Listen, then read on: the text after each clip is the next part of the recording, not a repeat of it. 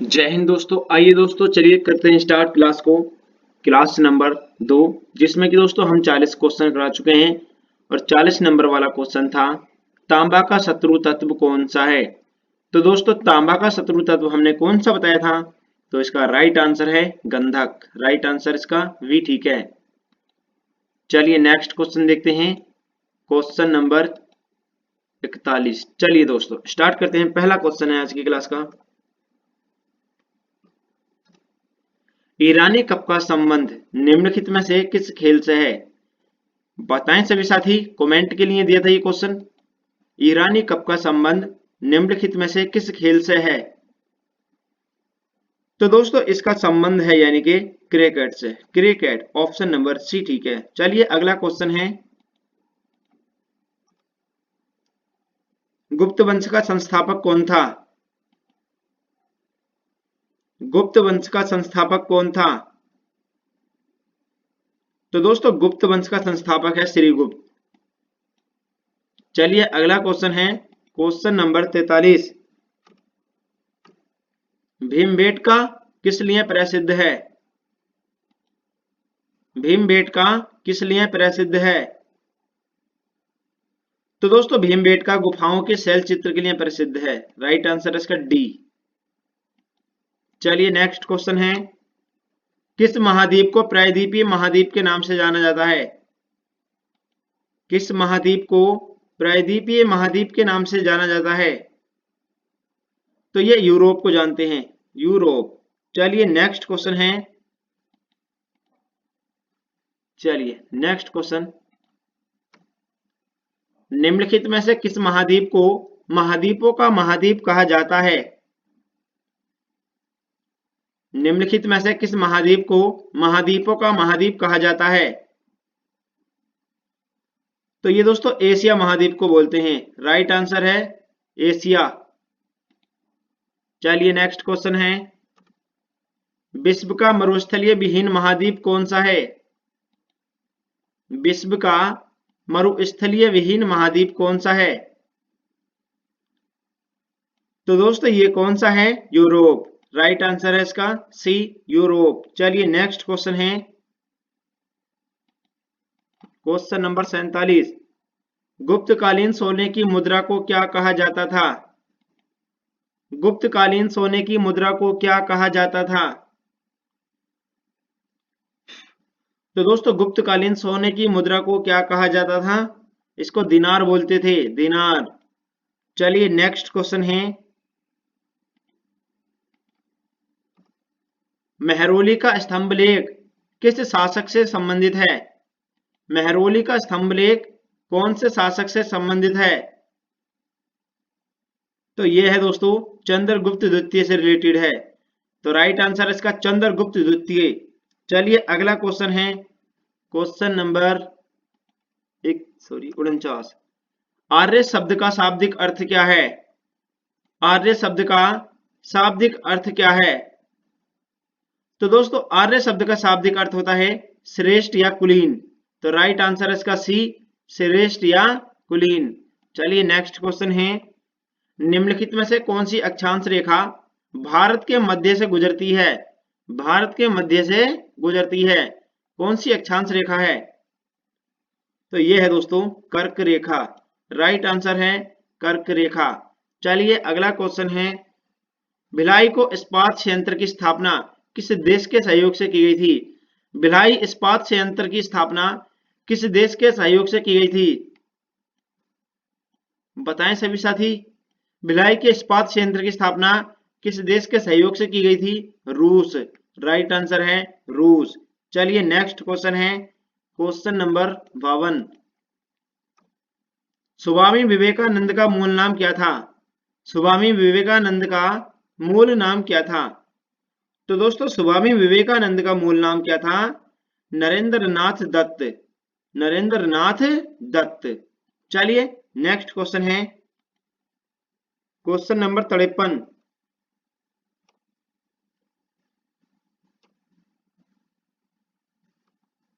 विश्व में सबसे शुष्कतम मरुस्थल कौन सा है। विश्व में सबसे शुष्कतम मरुस्थल कौन सा है। तो दोस्तों विश्व में सबसे शुष्कतम मरुस्थल कौन सा है? ये है दोस्तों अटाकामा। कौन सा है? अटाकामा। राइट आंसर है सी, अटाकामा। चलिए अगला क्वेश्चन है क्वेश्चन नंबर 54। विश्व का सबसे बड़ा महाद्वीप कौन सा है? विश्व का सबसे बड़ा द्वीप कौन सा है? विश्व का सबसे बड़ा द्वीप कौन सा है दोस्तों? तो ये है दोस्तों ग्रीनलैंड। कौन सा है? ग्रीनलैंड। राइट आंसर है इसका ग्रीनलैंड। नेक्स्ट क्वेश्चन है, चलिए, भारत में राष्ट्रपति अपना त्याग पत्र किसके समक्ष पेश करेंगे? किसके समक्ष पेश करेंगे? तो दोस्तों राष्ट्रपति अपना त्याग पत्र किसके समक्ष पेश करेंगे? चलिए बताते हैं। तो दोस्तों ये करते हैं उपराष्ट्रपति के, ठीक है, उपराष्ट्रपति। तो राइट आंसर है इसका डी, उपराष्ट्रपति। चलिए नेक्स्ट क्वेश्चन है क्वेश्चन नंबर नेक्स्ट। चलिए देखते हैं दोस्तों क्वेश्चन नंबर नेक्स्ट। भारतीय संविधान कौन सी नागरिकता प्रदान करता है? भारतीय संविधान कौन सी नागरिकता प्रदान करता है? भारतीय संविधान कौन सी नागरिकता प्रदान करता है? तो एकल नागरिकता प्रदान करता है, ठीक है, एकल। राइट आंसर है ए, एकल। चलिए नेक्स्ट क्वेश्चन है क्वेश्चन नंबर 57। चलिए देखते हैं दोस्तों क्वेश्चन नंबर 57 है, समतल दर्पण द्वारा बना प्रतिबिंब सदा होता है। बताएं दोस्तों कैसा होता है? समतल दर्पण द्वारा बना प्रतिबिंब सदा होता है। बताएं सभी साथी ये कैसा होता है? यानी कि सीधा और आभासी, सीधा और आभासी। राइट आंसर है ए। चलिए नेक्स्ट क्वेश्चन है क्वेश्चन नंबर 58। चलिए, गुप्त राजवंश किस लिए प्रसिद्ध था? गुप्त राजवंश किस लिए प्रसिद्ध था? तो दोस्तों गुप्त राजवंश किस लिए प्रसिद्ध था? कला एवं स्थापत्य के लिए, ठीक है, कला एवं स्थापत्य के लिए प्रसिद्ध था। तो राइट आंसर हो गया इसका सी। चलिए नेक्स्ट क्वेश्चन है क्वेश्चन नंबर 59। पृथ्वी दिवस कब मनाया जाता है? पृथ्वी दिवस कब मनाया जाता है? तो दोस्तों पृथ्वी दिवस कब मनाया जाता है? चलिए बताते हैं। पृथ्वी दिवस 22 अप्रैल को मनाया जाता है। 22 अप्रैल को मनाया जाता है। चलिए नेक्स्ट क्वेश्चन है क्वेश्चन नंबर 60। चलिए देखते हैं, कार्बन का शुद्ध रूप कौन सा है? कार्बन का शुद्ध पदार्थ कौन सा है इनमें से? तो दोस्तों कार्बन का कौन सा अपरूप दृढ़ त्रिविम संरचना के रूप में होता है? तो यह शुद्ध पदार्थ बोल सकते हैं उसको। तो ये है दोस्तों हीरा। कौन सा है? हीरा। राइट आंसर है सी, हीरा। चलिए क्वेश्चन नंबर 61 देखते हैं दोस्तों। क्वेश्चन नंबर 61 है, चलिए, हड़प्पा निम्नलिखित में से किस सभ्यता से संबंधित है? हड़प्पा किस सभ्यता से संबंधित है? बताएं सभी साथी, हड़प्पा किस सभ्यता से संबंधित है? तो ये सिंधु घाटी की सभ्यता से संबंधित है, ठीक है, सिंधु घाटी से। ऑप्शन नंबर सिंधु घाटी सी। नेक्स्ट क्वेश्चन है 62। मुगल कालीन ग्रंथ मासिर ए आलमगीरी किसकी रचना है? मासिर ए आलमगीरी किसकी रचना है? तो दोस्तों मासिर ए आलमगीरी ये साकी मुस्तैद खां की है। साकी मुस्तैद खां की है। तो राइट आंसर है इसका डी, साकी मुस्तैद खां। चलिए क्वेश्चन नंबर 63 देखते हैं। क्वेश्चन नंबर 63 ये है दोस्तों, जिस खनिज के कारण चिली प्रसिद्ध है वह कौन सा खनिज है? वह कौन सा खनिज है जिसके लिए चिली प्रसिद्ध है? बताएं दोस्तों कौन सा खनिज है? तो दोस्तों चिली जो है ये नाइट्रेट के लिए प्रसिद्ध है। नाइट्रेट। ऑप्शन नंबर ए ठीक है, नाइट्रेट। चलिए नेक्स्ट क्वेश्चन है क्वेश्चन नंबर 64। कौन सा महाद्वीप द डार्क महाद्वीप के नाम से जाना जाता है? द डार्क महाद्वीप के नाम से जाना जाता है। कौन सा महाद्वीप है जो द डार्क महाद्वीप के नाम से जाना जाता है? बताएं सभी साथी। चलिए बताते हैं, द डार्क महाद्वीप के नाम से किसको जाना जाता है? यह है अफ्रीका। ऑप्शन नंबर डी ठीक है, अफ्रीका। चलिए नेक्स्ट क्वेश्चन है क्वेश्चन नंबर 65। पहाड़ियों के निचली सतह और घाटियों की रेती की मिट्टी के रूप में जमा खनिज को क्या कहा जाता है? बताएं दोस्तों इन खनिजों को क्या कहा जाता है? जल्दी से बताएं सभी साथी। तो दोस्तों इन खनिज को बोला जाता है प्लेजर डिपॉजिट, ठीक है, प्लेजर डिपॉजिट। राइट आंसर है इसका सी, प्लेजर डिपॉजिट। चलिए नेक्स्ट क्वेश्चन है क्वेश्चन नंबर 66, चलिए देखते हैं। ग्रीनलैंड महाद्वीप किस महाद्वीप के अंतर्गत आता है? ग्रैंड महाद्वीप किस महाद्वीप के अंतर्गत आता है? जल्दी से बताएं सभी साथी। ग्रीनलैंड महाद्वीप किस महाद्वीप के अंतर्गत आता है? तो ये आता है दोस्तों उत्तरी अमेरिका के अंतर्गत। उत्तरी अमेरिका, ऑप्शन नंबर सी ठीक है, उत्तरी अमेरिका। चलिए क्वेश्चन नंबर 67 देखते हैं।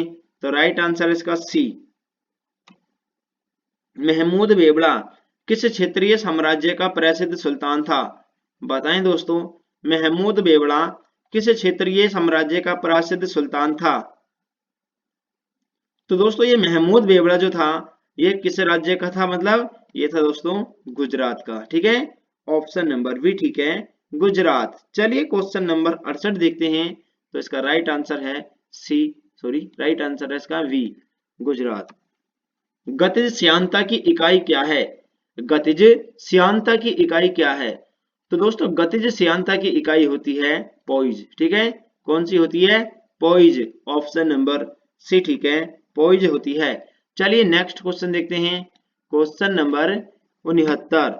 बीहड़ आमतौर पर भारत के किस नदी बेसिन में पाए जाते हैं? जो बीहड़ है दोस्तों ये भारत के किस नदी बेसिन में पाए जाते हैं? बताएं सभी साथी, कौन से नदी बेसिन में पाए जाते हैं बीहड़? चलिए बताते हैं। तो दोस्तों ये चंबल नदी बेसिन में पाए जाते हैं। चंबल नदी, राइट आंसर है डी, चंबल नदी। चलिए क्वेश्चन नंबर नेक्स्ट है यानी कि 70। प्रसिद्ध पुस्तक कामसूत्र किसने लिखी थी? कामसूत्र का लेखक कौन है? बताएं सभी साथी, इसका लेखक कौन है? चलिए बताते हैं। कामसूत्र यानी वात्स्यायन से संबंधित है, वात्स्यायन। राइट आंसर इसका डी। चलिए नेक्स्ट क्वेश्चन है क्वेश्चन नंबर 71। दुनिया में सबसे ज्यादा वर्षा वाला स्थान कौन सा है? दुनिया में सबसे ज्यादा वर्षा होने वाला स्थान कौन सा है? तो ये है दोस्तों मासिनराम। ठीक है, मासिनराम, ऑप्शन नंबर मासिनराम। ठीक है, ऑप्शन नंबर बी ठीक है। चलिए नेक्स्ट क्वेश्चन है क्वेश्चन नंबर 72। पहली अंतरराज्यीय परिषद का गठन कब हुआ था? पहली अंतरराज्यीय परिषद का गठन कब हुआ था? तो दोस्तों पहली अंतरराज्यीय परिषद का गठन कब हुआ था? 1990 में, 1990। चलिए नेक्स्ट क्वेश्चन है क्वेश्चन नंबर 73। चलिए देखते हैं। तो इसका राइट आंसर है 1990। हॉर्नबिल उत्सव किस राज्य में मनाया जाता है? हॉर्नबिल उत्सव किस राज्य में मनाया जाता है? बताएं दोस्तों, हॉर्नबिल उत्सव किस राज्य में मनाया जाता है? चलिए बताते हैं। हॉर्नबिल जो है दोस्तों ये नागालैंड में मनाते हैं। राइट आंसर इसका डी, नागालैंड। चलिए नेक्स्ट क्वेश्चन है क्वेश्चन नंबर 74। एक बार सभी साथी चैनल को सब्सक्राइब कर लीजिए और क्लास को लाइक भी कर दीजिए। दोस्तों लेपाक्षी मंदिर किस राज्य में स्थित है? लेपाक्षी मंदिर किस राज्य में स्थित है? चलिए बताते हैं। लेपाक्षी मंदिर किस राज्य में स्थित है?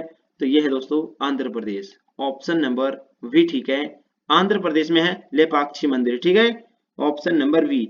चलिए नेक्स्ट क्वेश्चन है क्वेश्चन नंबर नेक्स्ट। किस अनुच्छेद में वित्त आयोग का अर्ध न्यायिक निकाय के रूप में स्थापित करने का प्रावधान है?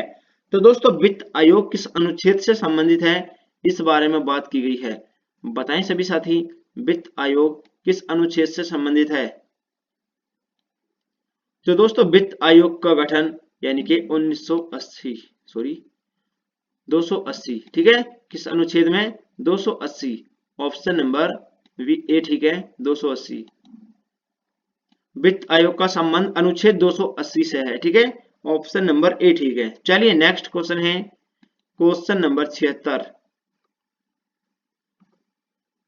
टेबल टेनिस से जुड़ा अंतरराष्ट्रीय शासी निकाय कौन सा है? टेबल टेनिस से जुड़ा अंतरराष्ट्रीय शासी निकाय कौन सा है? टेबल टेनिस से जुड़ा अंतरराष्ट्रीय शासी निकाय कौन सा है? जल्दी से बताएं सभी साथी, टेबल टेनिस से जुड़ा अंतरराष्ट्रीय शासी निकाय कौन सा है? तो ये है दोस्तों यानी कि ITTF। राइट आंसर इसका वी, ITTF। ठीक है, ऑप्शन नंबर बी ठीक है, इंटरनेशनल टेबल टेनिस फेडरेशन। ठीक है, चलिए नेक्स्ट क्वेश्चन है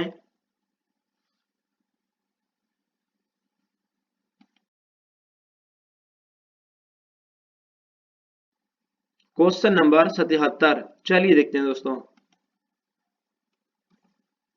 भूमध्य सागर का प्रकाश स्तंभ कौन सा है?